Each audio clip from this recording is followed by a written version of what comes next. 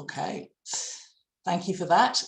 So yeah, welcome everybody to this 1 hour conversation with Nando. Nando and I have only met recently and only on Zoom, but I've been so struck, Nando, by your and moved by your by you really, and your writing and your contribution to the Deep Adaptation community, and your sort of the way that you seem to model loving responses to our predicament. So really excited to have this conversation with you. And I did send round a couple of your pieces in advance of this to people, just letting Kathy in. So I'm not sure that everybody will have had a chance to read those in full, but we're going to kick off with a couple of questions from me, and then I'm going to open it up. Hello, Kathy. We're going to open it up, and feel free to unmute yourself. If you could keep yourself muted when you're not speaking, that would be helpful. Thank you. But you'll get an opportunity to chat with Nando yourself. So let's get going. So, yeah, Nando. Could you start by just telling us a little bit about your journey towards waking up, if you like, to the interconnected predicaments that we face? You did send me your bio, which was extraordinary, the life that you've had. But yeah, just share whatever you want to share, and feel free. You don't have to rush this. Just share your journey with us. Okay, thank you, Kimberley, and thank you all of you for wanting to spend 1 hour listening to me or knowing more about me. I'm a bit humble, you know, I always think, do I deserve this? You know, do I deserve the attention? I'm sure that any one of you might come with a very interesting story as well, and I hope mine resonates with you. So the question is my journey towards the awareness of the predicament, and I could maybe mention 3 moments, and you know, every time somebody announces 3 moments, then tends to forget the 3rd one. So I hope I will not. I think the first moment was very early in my life, and it's the predicament with a capital P. When I realized when I was 8 years old that we are going to die, all of us, and at the time, you know, I was told by the teacher of religion that as a Christian, at the moment of death, or at some point in after your death, you're judged, and there is a risk that you can go to hell for eternity. And that was a real predicament. You know, the idea of spending an eternity in hell was something that stuck and stayed in my stomach for the rest of my life. You know, and probably from there I tried to be as good a boy as possible. You know, because yeah. So that was something, you know, and this awareness that not only we are all going to die, but that there must be something good or bad, but very long after that, was something that I realized too early, and probably I was not equipped, and I consider that a bit of a trauma.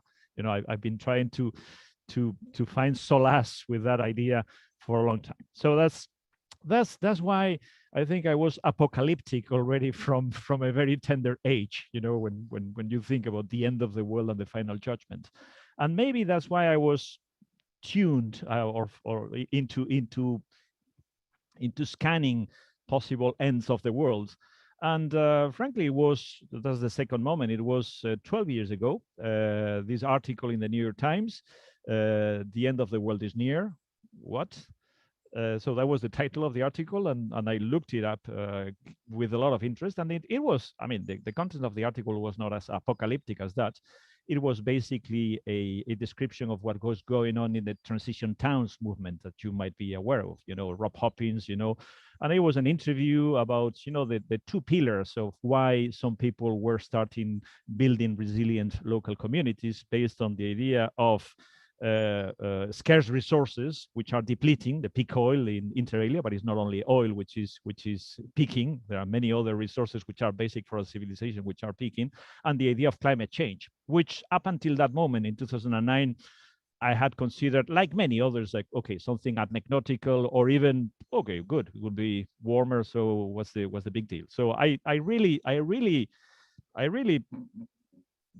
learn about that with my guts rather than with my head, and it was a bit scary, to the point that I immediately rushed to the supermarket and I bought, I don't know how many tens of tins, and I bought a tent and I bought water filters, and my wife and children were looking at me like, this guy has gone crazy. So the knee-jerk reaction was pepper, and then rapidly I realized that this made no sense. So that's the second moment.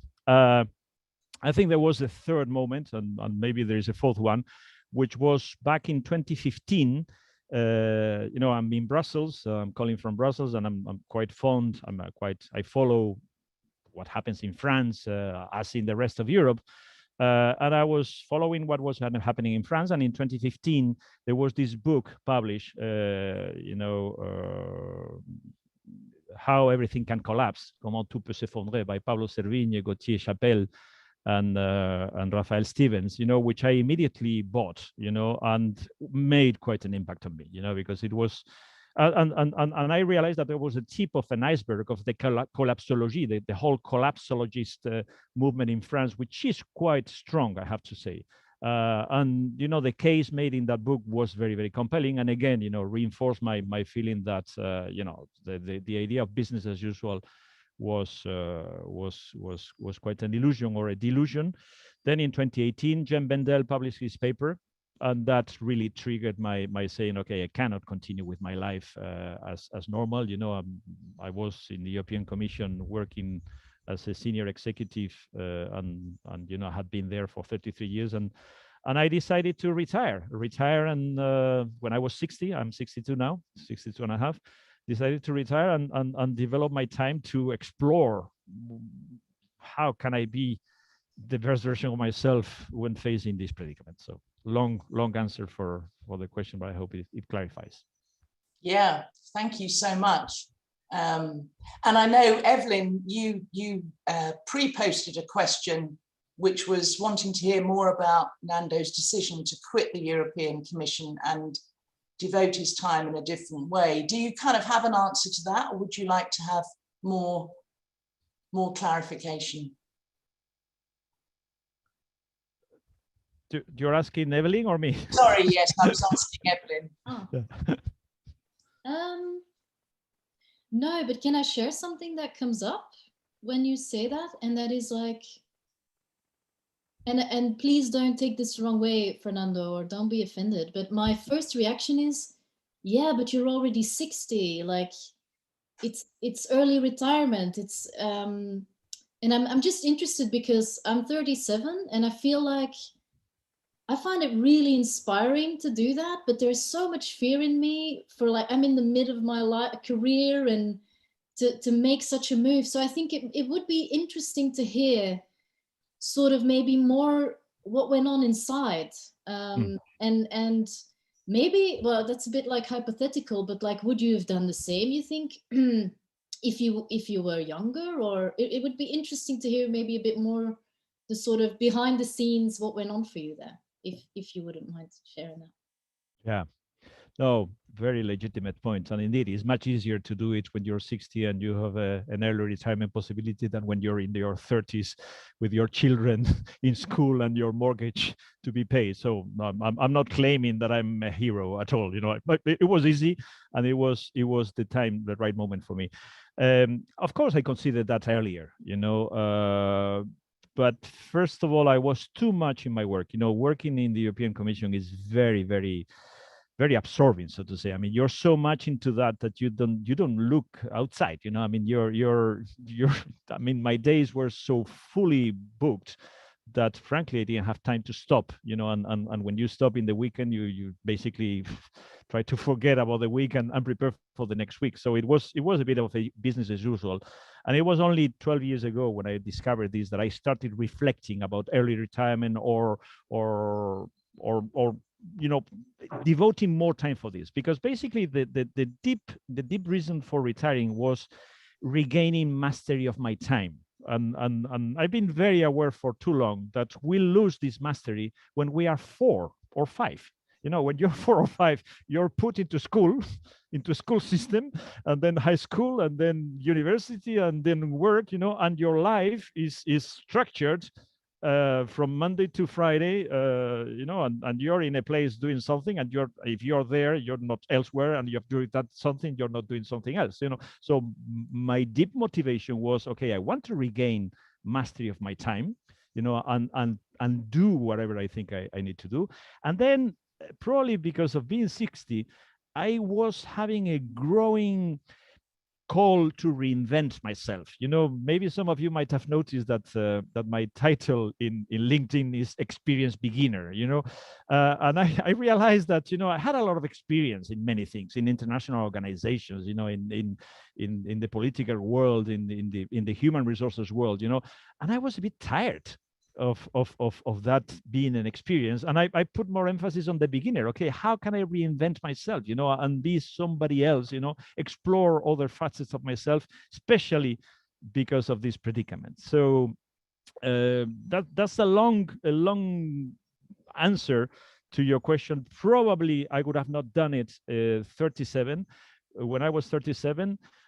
But it's also true that the awareness about what was going on in the world at that time was much smaller. You know, when I was 37, that must have been when it was late 80s or something like that. You know, late 80s, very few people were aware of, you know, the biodiversity crisis, the climate change crisis, the peak oil crisis. Now the awareness is much bigger.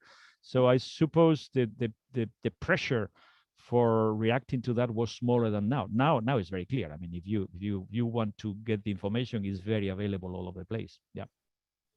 But Great. it was easier than it could be for you now, definitely. Great. Thank you, Nando. And I'm 6 months older than you. I'm 63 or something. And I very much resonate with that idea of reinventing oneself when you kind of become aware of all of this. Everything else just seems less important somehow. Thank you, Evelyn. So I wanted to move on to impossible conversations. And I think, like many people on this call, I spend a lot of time, I know you spend a lot of time, Nando, trying to have these impossible conversations. And you wrote that wonderful piece, which I so loved. Can you just give us a kind of a snapshot of starting with the numbers, you know, 1, 2A, 2B, 3, just in case there's anybody on the call who hasn't read that? That would be great. Thank you. Okay, thank you. Yeah, I'll make it simpler because that diagram at the beginning might be puzzling, but it's very simple. You know, there are two topics I think which are very difficult to deal with in conversations, and one is death, and the other one is societal collapse or ecosystems collapse. This because of denial. You know, the denial, I mean, is a defense mechanism, and we avoid those conversations. And in this short piece, which is simple, even simplistic, I discuss 3 very difficult, almost impossible conversations that one could have with 3 different types of clusters of populations. You know, the first one is how do you discuss, for instance, climate change or environmental collapse or societal collapse with people who believe that the situation is relatively good, that are not aware that there are major problems, are not informed or not well informed, or maybe they are busy simply surviving or whatever. You know, they are not aware of the seriousness and the gravity of the situation. So that's the first kind of conversation. And the first question you ask yourself is it worth taking these people out of their lack of awareness? You know, is it worth putting this in their stomachs, you know, getting them to suffer? You know, and I happen to follow a Buddhist tradition, Plant Village, and one of the trainings that I cultivate there is loving speech, and the idea of loving speech is you don't tell things that are going to create suffering in people. So what's the point of getting people out of their delusions that everything is okay, that we have a brilliant future, like in Factfulness, you know, these books which pick up a few statistics and say we've never been better and the future is bright, you know. So that's the first thing. And okay, if you decide, because for whatever reason that is worth giving people the information for them to realize that the situation is not as good as it could be, then I've been using a model which was not designed by me. I mean, the outline of the model is designed by a French speaker and environmentalist, Arthur Keller, which is the model of the 7 spheres, which I don't think I need to go here, which is explaining to people how bad the situation is with the atmosphere, with the biosphere, with the cryosphere, with the hydrosphere, with the water, with the pedosphere, with the lithosphere, and with the anthroposphere, and when you give people this full range of disasters, from CO2 to extinction of biodiversity to depletion of resources, maybe you bring them to a place where they see, oh my goodness, I didn't know all that. So you bring them to a situation where they feel that the situation is bad. And that's the first conversation. And for this conversation, I very often tend to make the parallel with cancer diagnosis, and in my case, I accompanied my mom 2 years ago when she was diagnosed out of the blue, diagnosed that she had a terminal cancer, and it took 2 months for her to go. You wonder, do you tell them? You don't tell them? And I remember the discussions I used to have with my sister, who preferred to give her hope. Let's make her believe that she will attend the birthday of our grandchildren or whatever. And my point is, if I have a terminal cancer, I want to know. But maybe some people don't want to know. And the same applies to the situation. So those are the kind of dilemmas for this first kind of conversation. The second is with people who are aware that the situation is bad and probably prompted by the difficulty to hold in their stomachs the anxiety and helplessness of this, they immediately jump to believe that there are effective solutions to these problems, And of course, there is a whole narrative devised, including by the European Commission with the EU Green Deal, or with by Bill Gates with his latest book, how technology is going to fix it all, or by Michael Mann, even, a climatologist who claims that, that we need to be positive. So there are many people who want to believe that there are solutions which are going to fix it, and those solutions are technological and based on creativity. So we will fix it. Basically, we will be able to continue more or less with the same kind of lifestyle, maybe with some, some sobriety, but basically the same thing, and everything will be okay.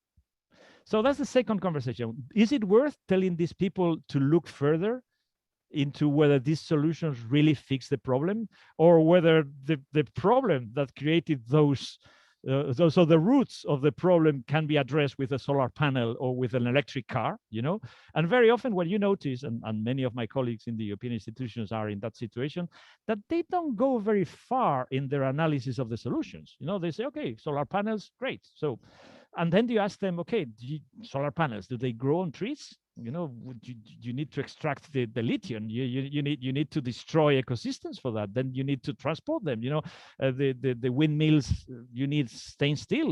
And you need to smelt it. So, and then these solutions last for 30 years or 33 years, and then how do you replace them? In 33. So that is the second kind of conversation, and it's a more difficult even than the first one, because you're talking to people who are convinced, who are virtuous, who are cycling and recycling, and who are doing what they consider the right thing, and you're telling them, listen, I mean, you will not fix it with that. So you're basically taking the ground from them, and telling them that, yeah, continue doing that. Of course, continue doing that, but do it out of love and out of what Joanna Macy calls active hope. This is the right thing to do. Anyway, but don't think that by cycling or recycling you're going to fix something for which the root is much more a relationship to reality and to nature. So that's the second conversation, and very tricky. And of course, they are going to tell you that you're a doomer, that you're crazy, that you are, an extremist. And I've lost many friends. I've lost many friends with this conversation, and it's painful. It's painful. Friends who say, listen, I don't want that conversation. This is demoralizing. This is deactivating. So it's a complicated one. And is it worth again? Because then brings you to the third conversation. Okay, this is bad. and there are no solutions. This is a predicament. It's great because you have this word in English, and I struggle in Spanish. We don't have an equivalent word, and in French either. You know, predicament is a situation you have to manage, but you cannot solve. You know, it's a wicked problem. You know, it's something that, okay, you need to hold it and try to see. And here is interesting, for instance, Paul Chefurka, you know, there is this Canadian activist and Buddhist, you know, who wrote this fantastic article, which I took inspiration from, which was The Ladder of Awareness, who says, okay, when you're confronted this kind of predicaments, there are two paths. This is the inner path and the outer path. You know, the outer path is activism. And of course, we all do things. You know, I'm a vegan and I don't fly, and you know, and I work with the transition towns in Spain. You know, you do your bit. You know, and I'm moving to Spain and I'm going to grow vegetables. Yeah, okay, that's the outer path. You know, action. You know, action. But probably when you're confronted with the predicament, is the inner path. You know, rather than the to-do list, is the to-be list. Who do you need to be? You know, who do you need to be? You know, and that leads you to the third conversation, which is very complicated as well, and is there where, thank you, Kim, for reminding that the crucial importance of loving responses, the crucial importance of being extremely kind and compassionate in helping people and helping yourself, first of all, to explore and go deep into understanding who you are, what is your relationship with nature, and how you can become the best version of yourself in the face of this predicament that you will probably not fix. You know, so how can we keep, as we say in Deep Adaptation, you know, how can we have these loving conversations, and then how can we reduce and mitigate the impact, you know, save as much as possible, you know, and reduce suffering, but not with the idea that we will fix it with the solar panel, you know, or we will even fix it. Probably we will not fix it. I don't know.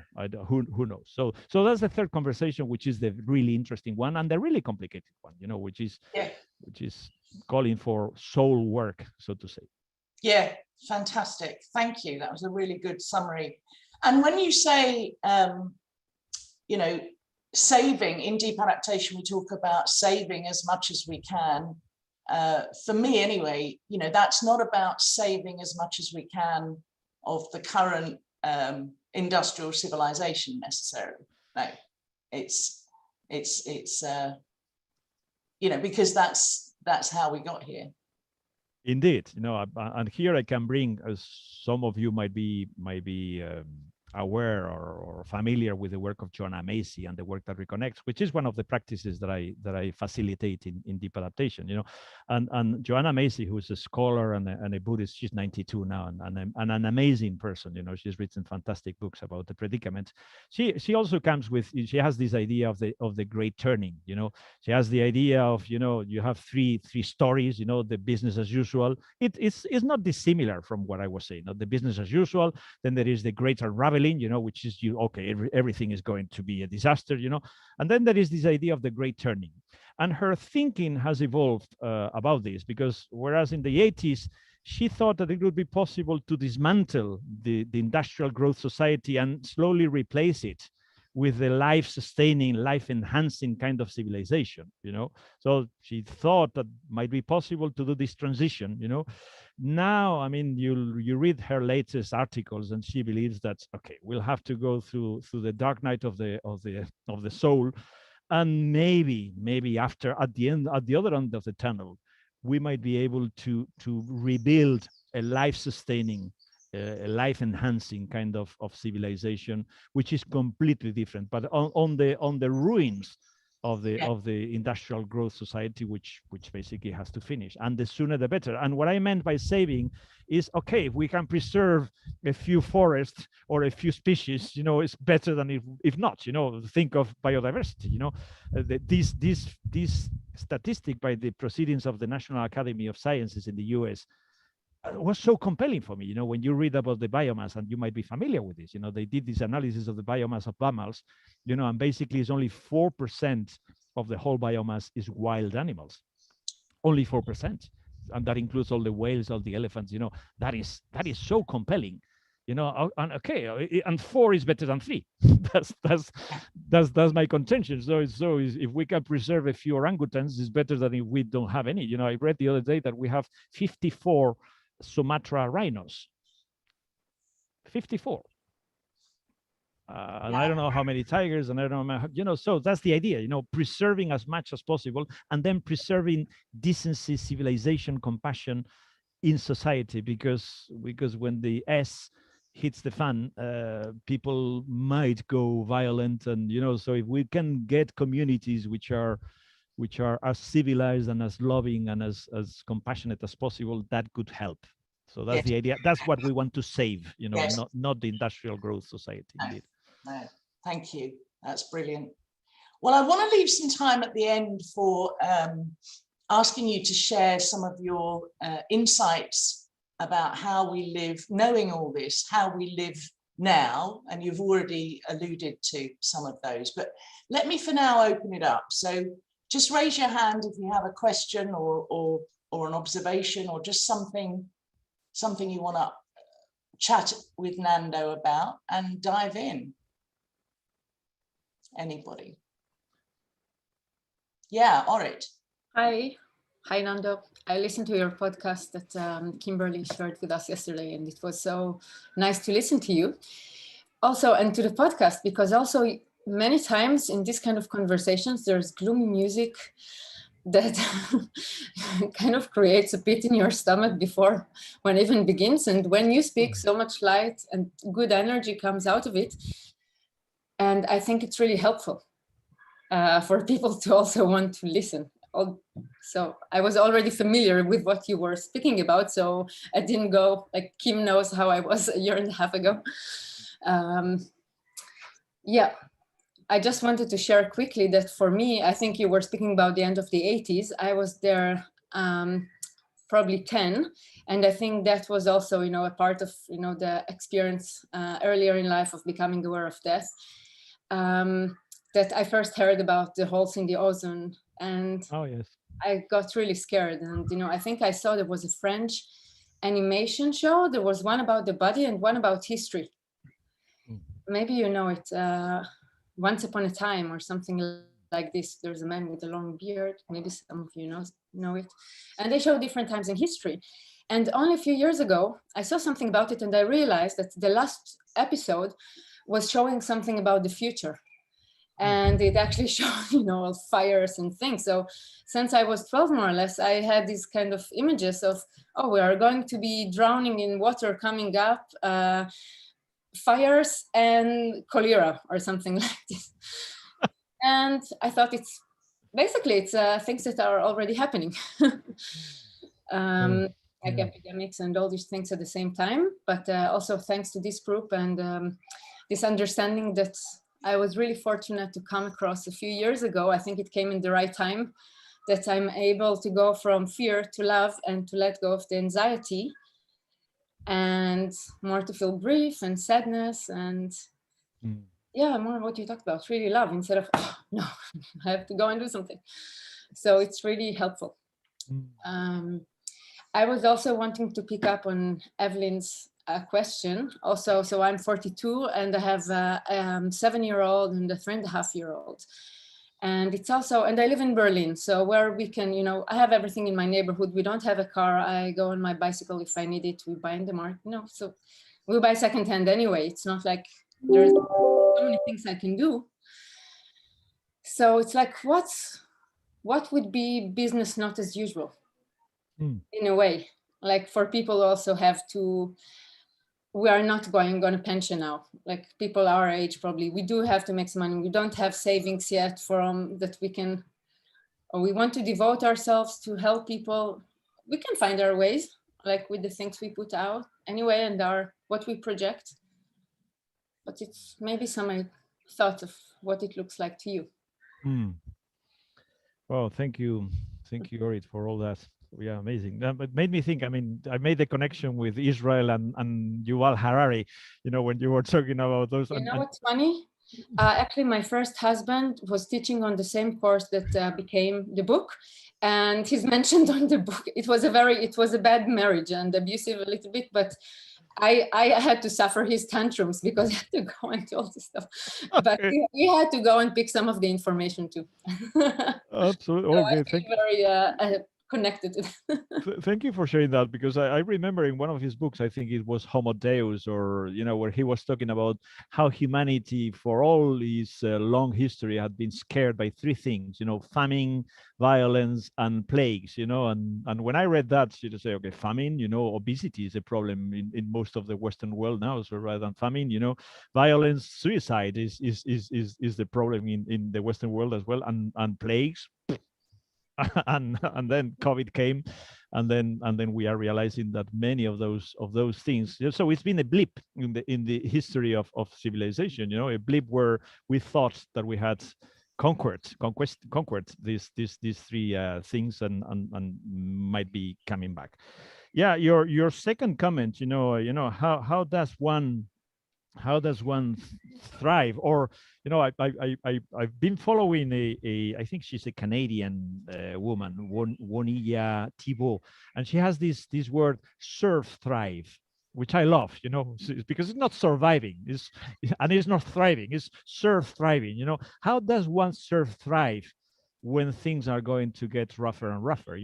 And it's a great question, because when we talk about societal collapse, there are many things that we can say, but I mean, probably the best thing is to start defining this as a process rather than as an event. It's a gradual process, and of course, it's already happening and well developed in many parts of the world. Here in Europe is unevenly distributed, because many people, with the inequalities are in a situation of real collapse, But how do you prepare for what I think is Orlov who defines, I don't know whether you're familiar with the work of Orlov. He wrote about collapse, and he says that it goes in five stages. Dmitry Orlov is, and he says, okay, the first one is financial collapse. I mean, and this guy talks from his experience in the Soviet Union. He witnessed what happened with the Soviet Union when it basically unraveled. And the first thing is financial collapse. So the whole system, and we saw the antechamber of that in 2008, and I think the next one is being prepared. So the whole money business goes down, and this brings to the second level, which is commercial or economic collapse. So the ship which was going to bring you the meat from Argentina doesn't come because they don't have money to pay the fleet or whatever. So, and this disruption, and this creates, the supply chains start falling. And you might know, probably you're all aware of what is going on with chips, which are produced massively in Taiwan, and because of the drought in Thailand, there is a real crisis with chips. And some car companies are now, I read the other day that Peugeot in France is replacing the digital dashboards by analogical ones again, because they don't have chips. So something as simple as that, so chips, this is happening also with stainless steel. I was reading an article that in Italy, they don't know what to do with the vegetable production because they cannot make tins anymore. Or I don't know whether it is a temporary crisis, but or what is happening with plastics. You saw that the plastic pellets, which are mostly produced in Texas, I think, there is a disruption. So this is the second level, So your supermarket suddenly, you don't get a few things, and you get some staples, but not others, and that brings you to the third level, I think, if I remember, I'm talking from memory, which is political collapse. So the institutions start working well. So the police don't come because they are looking for food for their children. So basically, and the firefighters, they are also mining their own fires. So the institutions start not working properly, and that leads to social collapse.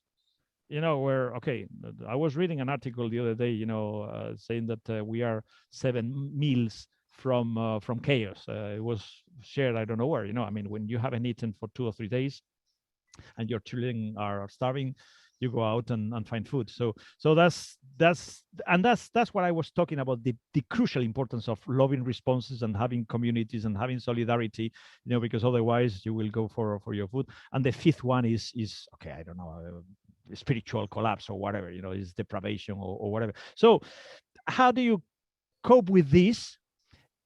And how do you prepare for this? I don't know anything. You know, I'm relatively new to this thing, but I know that cities and towns are very unsustainable. I mean, we all know that, you know. I mean, your food is not grown here. You know, it all comes from outside. You know, your energy is not produced here. You know, so big cities, especially, are not very sustainable, you know, and the moment, you know, the supply chains start collapsing, you know, basically you open your tap and there is no water, you go to the supermarket and there is no food, you turn on the light and there is no light. So that is an issue. So probably one thing is how can you reinforce your resilience, and the transition towns is a good thing for that, you know, because in the transition towns, even in neighborhoods, you know, they are doing communal vegetable gardens, you know, they are trying to do things to improve the resilience. But probably ultimately, you know, one would need to start thinking of going back to the countryside, you know, because there, of course, there is where you have the direct production of those things. But probably the most important thing is not only how you're going to meet your basic needs, which are fundamental, of course. We are talking Maslow here. We are talking, you know, food, water, you know, and then the second level, which is safety and security. You know, we are talking things which we took for granted, you know, and we've been focusing, especially in the West, in the tip of Maslow's pyramid, you know, self-actualization, and maybe that would bring us back to the importance of those physiological needs. So refocusing on that. Really good at imagining, you know, every time I open the tap to have some water, like imagining that it's not going to come up, or we have to guard our door so people don't come in to take whatever, you know. It's very easy to go into this. It is. So that's an issue, you know. So the thing is, but more important, you know, the thing is how you're going to meet your basic needs. But I think one should pay equal attention to building community. Because in the end, it's community which is going to fix it. You know, in the end, is the collaboration, is the loving responses, is the being together with this. But I would say is a community which has to include the more than human ones, you know, because probably the main problem I have with all these things and with the preppers, you know, that is so anthropocentric, which in a way perpetuates the reasons for why we are here, you know. So we need to include the more than human in this community, you know, and start befriending, you know, those animals which are so beautiful and so loving, you know, and those plants, you know. And how you do that, it calls for a complete shift in how we relate with reality. Not easy, not at all easy. No, thank you. Let's move to Ashley. Ashley, you had your hand up, I think. I did. Hi, Fernando. How are you? Good. So my immediate thought was, actually, if I wanted a doctor to tell me I was dying of cancer, you'd be the one. You made me feel quite comfortable with it. I mean, oh, mate, that's great. Thank you. When does it happen? Oh, that's brilliant. I look forward to seeing you at the end. But I was just interested in something you said. So one of the reasons why Kim and I connected, I was at a course that Kim was running, and I mentioned something that happened in my life, and she said, "Oh, we need to talk further." And what I mentioned was that in about 2007, I suddenly became awake, and I don't know why, to what in 2007 was widely the green agenda, you know. And I got very preachy about it, and I developed this really pointy finger, and I pissed loads of people off. And I actually know factually that there were a couple of dinner parties we weren't invited to. and beyond the couple that I know about, there must have been a shed load more. where they were like, sorry, I was nearly going there, but it's like, literally, don't ask him, for God's sake, that boring bastard. It just goes on and on and on about it.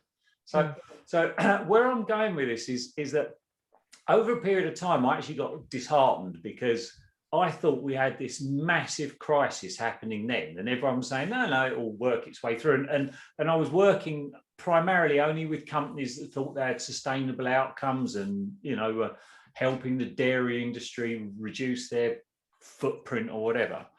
And I was just like, this isn't urgent enough. This isn't urgent enough. And then one time after we paid 800, sorry. sorry, I love you, but less context. So I'm yeah, just, so I'm sorry. just, Yeah, just conscious of the time. no, that's all right. That's all right.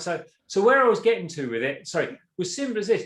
Do you find, because you said you've lost friends over this, do you find that you're engaging more people, or you're just engaging the people who want to be engaged? Have you found a methodology where you're not losing friends? Or sorry, that was your terminology. I've actually lost friends. Are you engaging people, or not? Or you're just engaging the people who really want to be engaged, if that makes sense as a statement? Yeah, great comments, Ashley. Thank you so much. And I'll go quickly through that. The cancer, one thing I took from accompanying my mother, was I've started working on my own work with death, and I'm following a death doulaship program now for 1 year, which is amazing, confronting my own death. And it's an incredible work that I recommend to anybody. Start reading the Denial of Death by Ernst Becker, or the Sheldon Salomon. Start looking into that. And in this program that I'm doing for a full year, part of it includes spending time in graveyards, or visualizing the decomposition of my body, or thinking of the death of my children. And the idea is, again, loving conversations. How you accompany with love and respect, and there is some way. And I think with my mom, I managed to do that. There is some way to help people do the work, which is basically the ho'oponopono. Help people reconcile with the idea, ask for forgiveness, forgive, feeling loved, and do the homework. So I think it's a fundamental thing, and the whole issue of death is an area where nobody wants to go, and we all have to go there. So I it's a prompt to invite you to explore that further if you are not doing that work. The second, I've also been very preachy, especially when I went vegan. I went vegetarian 12 years ago, and I went vegan 7 years ago. And of course, when you watch all those videos and you see all those slaughterhouses, and you'll see all the horrors that we are doing with those animals, you feel so righteous, that you go and piss everybody off, and in the end, you don't change anybody, and you're not invited to parties, which is what has happened to me. And in that sense, I found interesting the approach of a Belgian, I forgot his name now, a Belgian vegan activist. What's his name? I forgot it.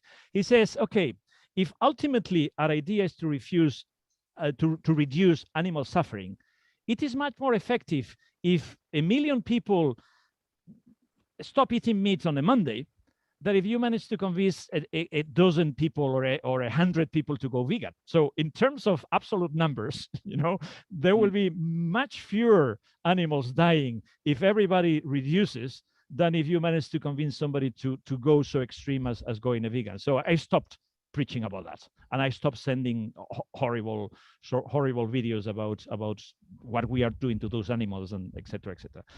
Yeah, and I was disheartened as well, and to come to your question, about how I engage, there are two answers to that. The first one is, of course, I also have to deal with my own emotions of anger, of fear, of grief, et cetera, and I love to have a place where I can freely express those emotions with people, and this is what I do in Deep Adaptation. And of course, I found so many new friends, And the funny thing is that we don't speak about collapse. It's a given. So we don't need to tell each other how awful, how many animals we've lost over the last couple of hours, So that's a given, and we can take the time to explore the loving responses, explore our emotions, befriend ourselves, etc. So that's one thing. I've gained many new friends in this where I find people who are extremely in the same wavelength as me.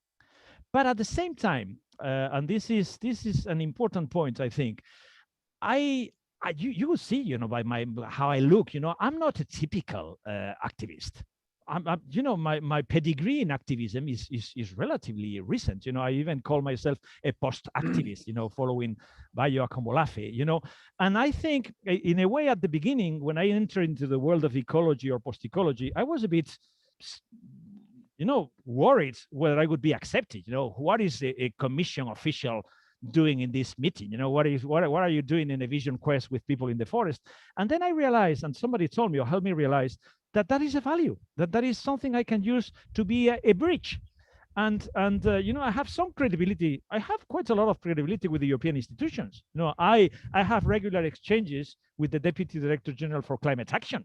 You know, I had a talk the other day with somebody. You know, I gave a talk in the Commission. I can share it with you if you're interested in listening to me for 90 minutes. You know, and wish you well with that. You know, and following that talk, you know, I got many people who were at the other side of the talk who wanted to discuss with me, and I got this fantastic talk with somebody who calls me. Oh, Nando, it was great, so inspiring, you know, and following what you said, I want to retire and I want to do something for animals. I was like, oh, great, fantastic. Tell me, what's your job? And she tells me, I'm the policy coordinator for biodiversity in the European Commission. And I said, hold on. So you say that you're the policy coordinator, so the person who can stop the trade of ivory and stop killing elephants, that the person who can reduce the imports of palm oil and therefore preserve the orangutans, and you don't consider that you are doing a lot. So the idea of using my credibility, you know, because they listen to me, they still give me the floor, you know, to try and influence them, you know, and try to bring these conversations, I think in a way probably is much more pivotal than other things that I can do elsewhere. So I try to befriend them, but the real difficulty there is, and if you watch my talk, I think I sent it to you, Kim, you will see that you have to navigate, you know, I start talking about the environment. And the person who's interviewing me, the director of the European School of Administration, tells me, and what do you think about the European Green Deal? Of course, I think it's crap. I you know, but of course I cannot say, you know, I said, oh, okay, you know, I'm very proud to be European and Europe is leading. And it's true, Europe is leading. I mean, if you compare it with others, you know, we are leading. And then I gradually started bringing, you know, so I need to assert my credibility with them, because if I say it's crap, they stop listening, you know, and then I start saying, yeah, but you know, I was disappointed because when you read the introduction, it's about saving the economy rather than saving the planet, you know, and you know, saving the economy, yeah. So you need to weave, and of course you need to make compromises. You know, you sometimes feel that you're being dishonest, you know, but that's the way you have to navigate, because otherwise they stop listening to you. So and probably the same thing happens when I'm with radical ecologists, you know, and I tell them that in the Commission not everybody is a crazy guy, you know. I'm currently organizing death cafes in the Commission, you know. And people have their hearts, you know, and many people and people don't know, but there is a growing movement of staff in the Commission who are doing strikes for the planet, etc., etc. So that's the difficulty. That's the difficulty of you know, navigating the two waters. And therefore, you know, to answer to your question, yes, I found this space where I'm at ease and making deep conversation about the impact of the predicament on my emotions and spirituality, and that is a great place to be. But I also try to continue or keep open these conversations with people who are very far away from here, and it's a difficult balance. Yeah, brilliant. Thank you so much. Thank you. Yeah, Ashley, I'm going to have to move on to Ellie. Thank you so much. Ellie, your question. Hi, Nando. Yeah, my question really struck me when you were talking about mastery of time, and that we try and reclaim it as adults, but you said about it being taken away when we're like 4 or 5 years old. And I really noticed with my daughter, who's 11, during COVID and lockdown, when she had mastery of her own time and she wasn't going to school every day, how much she thrived and blossomed. And I'm just really interested to hear what you think about education and how we can give mastery of time back to our children. Oh, okay. I'll give you a slightly long answer to that one. Satish Kumar rings a bell, I suppose, with many of you. You know, the director of Schumacher College, and you know, I've been very inspired by his work, in particular the book Soil, Soul, and Society. You know, the new trinity of the kind of work that we need to do. And you might know that Satish Kumar is also leading a new type of schools in the UK, where basically schools based on head hearts and hands. And the main problem with the education system is that we forgot the two others. You know, is mostly all about the head and memory and development of skills. You know, and I'm looking at Michaela, who is a fantastic teacher doing mindfulness in her schools and knows very well the importance of developing the other things. You know, so and in those schools they are growing vegetables, they are doing crafts, they are connecting with the mindfulness practices, etc., etc. And I think that's the way to go. The problem is that this is something marginal. You know, I know that in the UK, there's been experiences with this. My mother-in-law, believe it or not, she's British. You know, she's in her 80s, and she went to Dartington. You know, and you know, Summerhill or Dartington, those experiences in the 50s or the 60s were precisely about this new kind of education, where basically you try to identify the talents of people and you give them the context for them to thrive in their talents, you know, and give them the basics for the others. You know, I was in training in the commission, in the training department, and I always said that it's much more interesting to take somebody who's good into excellence than to take somebody who's bad into mediocrity. You know, so what's the point of investing in somebody who's really bad at something for them to be mediocre?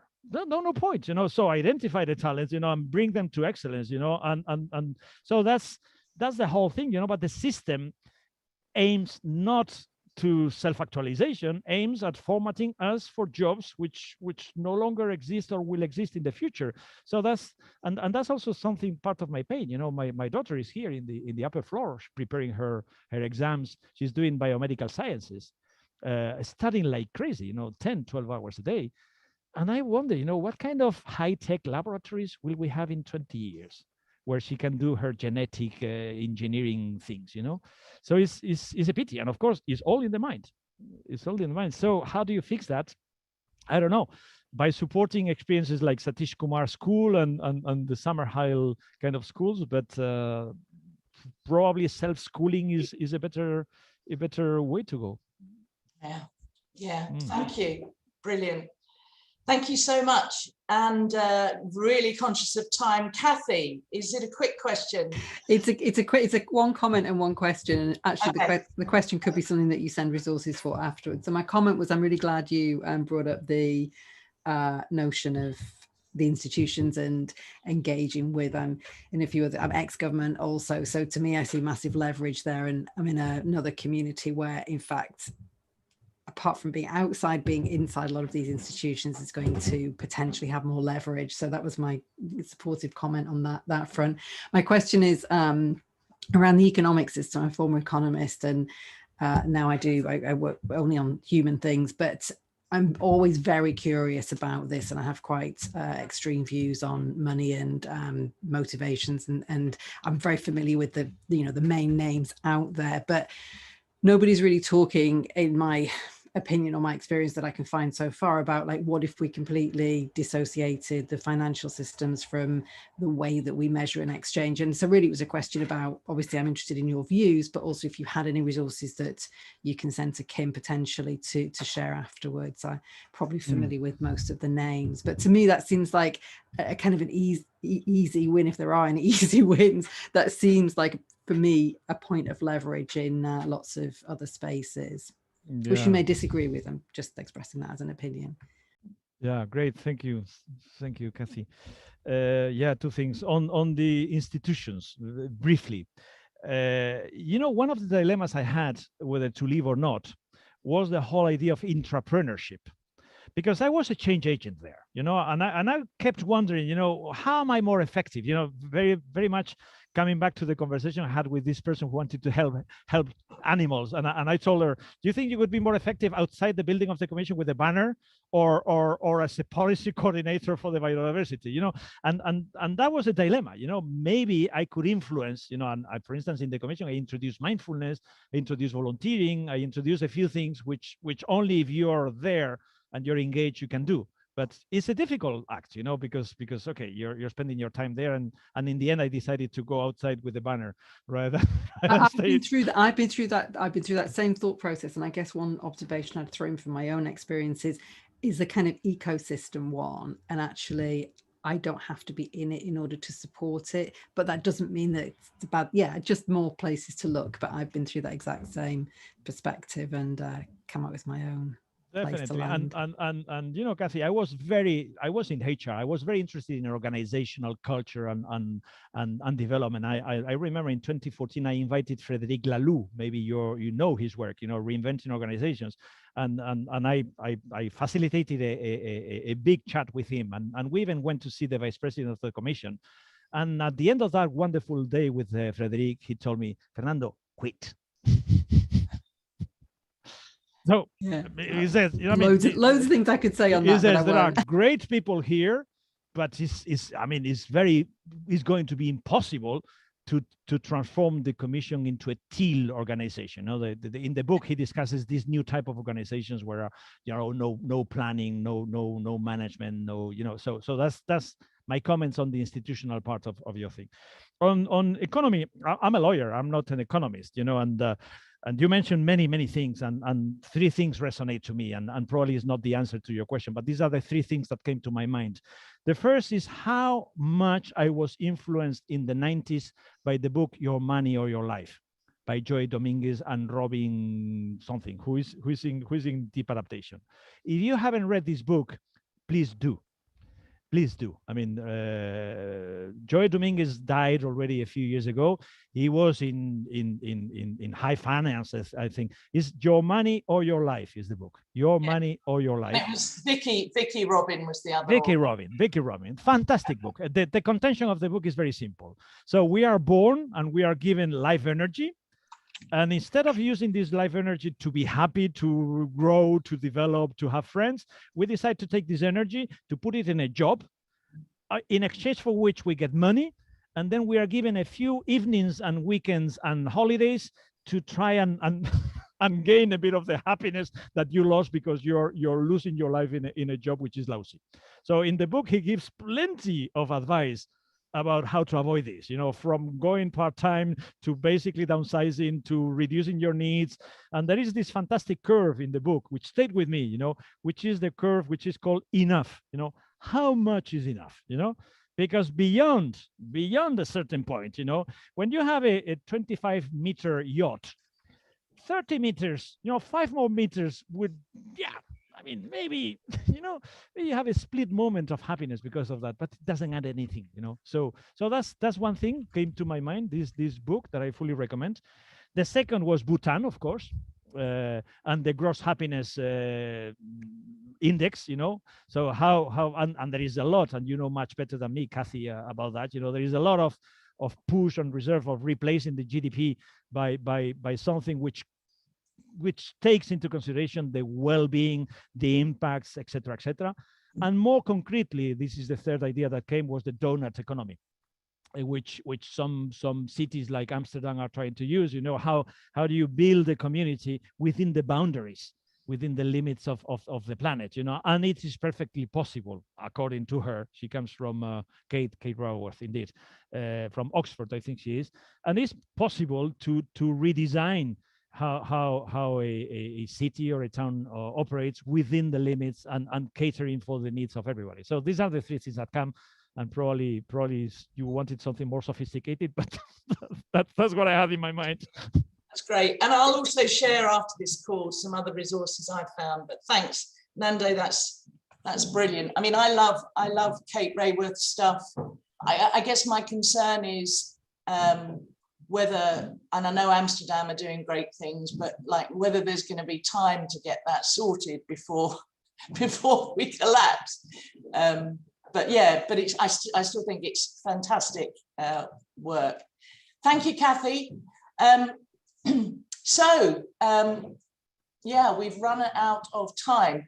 Can you, Nando, one thing from your perspective as a deep adapter, as a Buddhist maybe, as a spiritual loving being, what would be your very short answer to how can we just pick one thing?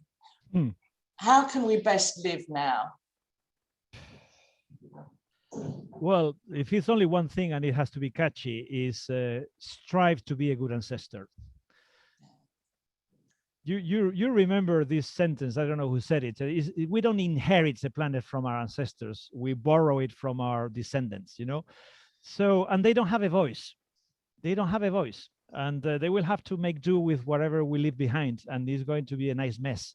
So in everything you do, keep them in mind, you know, try to be as a decent ancestor as you can be. So if it has to be one thing. That was absolutely brilliant. And yeah, punchy and short and really good advice. Thank you.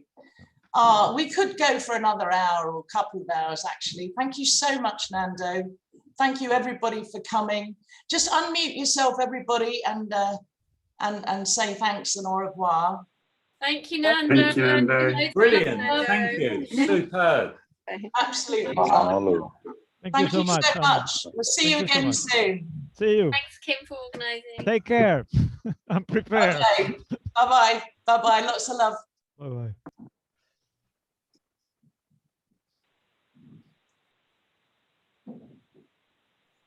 That was great, Nando. Absolutely superb. Okay. Yeah. Great questions, really. And yeah. Yeah. Hope it was useful to convey the key messages there. Yeah, it really was. It really was. I'm deeply grateful. You have a wonderful weekend and enjoy the sunshine. Thank you. Thank you so much. And God bless you, if God exists. Yeah. All right. Bye, Kim. Take care. Bye.